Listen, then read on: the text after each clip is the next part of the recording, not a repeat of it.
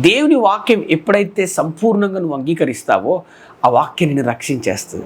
ఈరోజు నీకు అనుకూలమైందో, లేదంటే నీకు ఇష్టమైన వాక్యమో, లేదా నీకు ఇష్టమైన ఆ మాటలు, ఆజ్ఞలు ఏదైతే బోధించారో, ఏదైతే నువ్వు వింటావో వాటిని మాత్రమే కాదు అంగీకరించేది.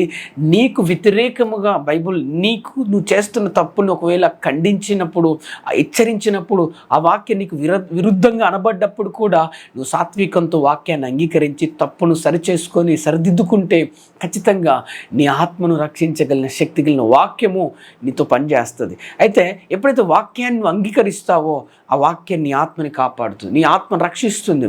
ఈ లోకంలో డబ్బు కాదు నిన్ను రక్షించేది, ఈ లోకంలో పేరు ప్రఖ్యాతులను రక్షించలేవు, ఈ లోకంలో ఏ మనుషులు కూడా నిన్ను కాపాడలేరు.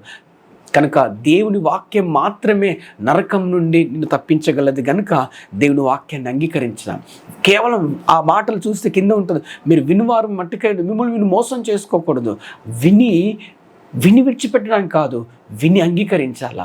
వాక్యం ఏం బోధిస్తుందో తెలుసుకోవాలా, దాన్ని సరిచేసుకోవాలా, దాన్ని సరిదిద్దుకోవాలా.